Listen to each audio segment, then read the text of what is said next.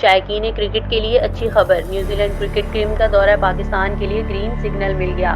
نیوزی Zealand cricket team کے دورہ پاکستان سے قبل نیوزی لینڈ کرکٹ کے سیکیورٹی وفد کا SSU ہیڈ کوارٹرز کا دورہ کیا گیا، جس میں نیوزی لینڈ کرکٹ ٹیم کے دورہ پاکستان سے متعلق سیکیورٹی انتظامات پر بھی بریفنگ لی گئی۔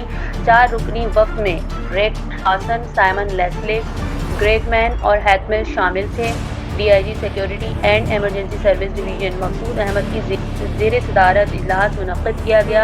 اجلاس میں نیوزی لینڈ کرکٹ کے سیکیورٹی وفد، PCB کے اعلیٰ حکام، انٹیلیجنس حکام، SSP south Asad Raza, SSP east Syed Abdul Rahim, wing commander Sindh rangers Babar Javed نے شرکت کی۔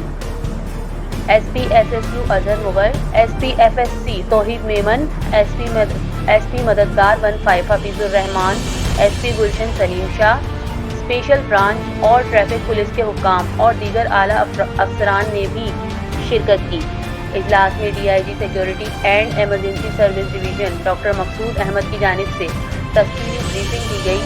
DIG سیکیورٹی نے وفد کو نیشنل اسٹیڈیم کراچی میں کھیلے جانے والے میچز سے متعلق کیے گئے سیکیورٹی انتظامات سے بھی آگاہ کیا۔ نیوزی لینڈ کرکٹ ٹیم کو تمام تر وسائل بروئے کار لاتے ہوئے فل پروف سیکیورٹی فراہم کی جائے گی۔